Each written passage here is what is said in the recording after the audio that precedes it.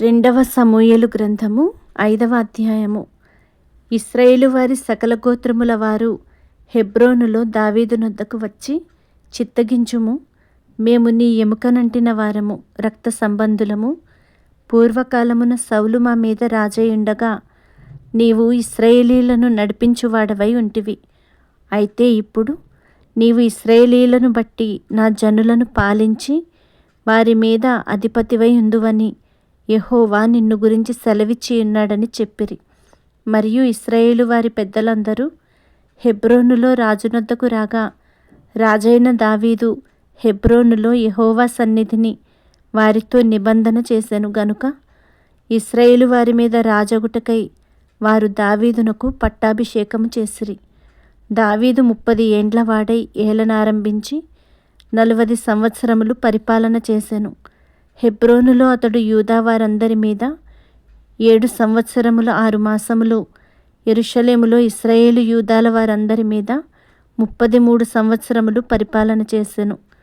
యెబూసీయులు దేశములో నివాసులై ఉండగా రాజును అతని పక్షము వారును యెరూషలేమునకు వచ్చిరి. యెబూసీయులు దావీదు లోపలికి రాలేడని తలంచి, నీవు వచ్చిన ఎడల ఇచ్చటి గ్రుడ్డివారును కుంటివారును నిన్ను తోలివేతురని దావీదునకు వర్తమానము పంపియుండిరి. అయినను దావీదు పురమనబడిన సియోను కోటను దావీదు స్వాధీనపరచుకొనెను. ఆ దినమున అతడు యెబూసీయులను హతము చేయు వారందరూ నీటి కాలువ పైకి వెళ్ళి దావీదునకు హేయులైన గ్రుడ్డివారిని కుంటివారిని హతము చేయవలెనని చెప్పెను. అందును బట్టి గ్రుడ్డివారును కుంటివారును ఉన్నారు, అతడు ఇంటిలోనికి రాలేడని సామెత పుట్టెను. దావీదు ఆ కోటలో కాపురం ఉండి దానికి దావీదుపురమను పేరు పెట్టెను. మరియు మిల్లో నుండి దిగువకు దావీదు ఒక ప్రాకారమును కట్టించెను. దావీదు అంతకంతకు వర్ధిల్లెను.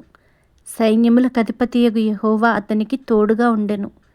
తూరు రాజుకు హీరాము దూతలను, దేవదారు మ్రానులను, వడ్రంగులను కాసే పనివారిని పంపగా వారు దావీదు కొరకు ఒక నగరిని కట్టిరి. ఇశ్రాయేలీల మీద యెహోవా తన్ను రాజుగా స్థిరపరచననియు, ఇశ్రాయేలీయులను బట్టి ఆయన జనుల నిమిత్తము రాజ్యము ప్రబలము చేయుననియు దావీదు గ్రహించెను. దావీదు హెబ్రోను నుండి వచ్చిన తరువాత యెరూషలేములో నుండి ఇంకా అనేకమైన ఉపపత్నులను భార్యలను చేసుకొనగా దావీదునకు ఇంకను పెక్కుమంది కుమారులను కుమార్తెలను పుట్టిరి. యెరూషలేములో అతనికి పుట్టిన వారెవరనగా షమ్మూ, యషోబాబు, నాతాను, సొలొమోను, ఇబారు, ఎలీషివ, సెపెగు, యాఫీయ, ఎలీషామా, ఎల్యాదా, ఎలీపేలెటు అనువారు. జనులు ఇశ్రాయేలీల మీద రాజుగా దావీదునకు పట్టాభిషేకము చేసిరని ఫిలిష్తీయులకు వినబడినప్పుడు దావీదును పట్టుకొనుటకై ఫిలిష్తీయులందరూ వచ్చిరి.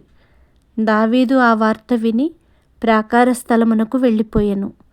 ఫిలిష్తీయులు దండెత్తి వచ్చి రెఫాయిము లోయలో వ్యాపింపగా దావీదు, నేను ఫిలిష్తీయులకెదురుగా పోయేదనా, వారిని నా చేతికి అప్పగింతువా అని యెహోవా యొద్ద విచారించినప్పుడు, పొమ్ము, నిస్సందేహముగా వారిని నీ చేతికి అప్పగించుదునని యెహోవా సెలవిచ్చెను. కాబట్టి దావీదు బయల్పెరాసీమునకు వచ్చి అచ్చట వారిని హతము చేసి, జలప్రవాహములు కొట్టుకొని పోవునట్లు యెహోవా నా శత్రువులను నా ఎదుట నిలవకుండా నాశనము చేస్తుననుకొని ఆ స్థలమునకు బయల్పెరాజీమను పేరు పెట్టెను. ఫిలిష్తీయులు తమ బొమ్మలను అచ్చట విడిచిపెట్టి పారిపోగా దావీదును అతని వారును వాటిని పట్టుకొనిరి. ఫిలిష్తీయులు మరలా వచ్చి రెఫాయిము లోయలో వ్యాపింపగా దావీదు యెహోవా యొద్ద విచారణ చేసెను.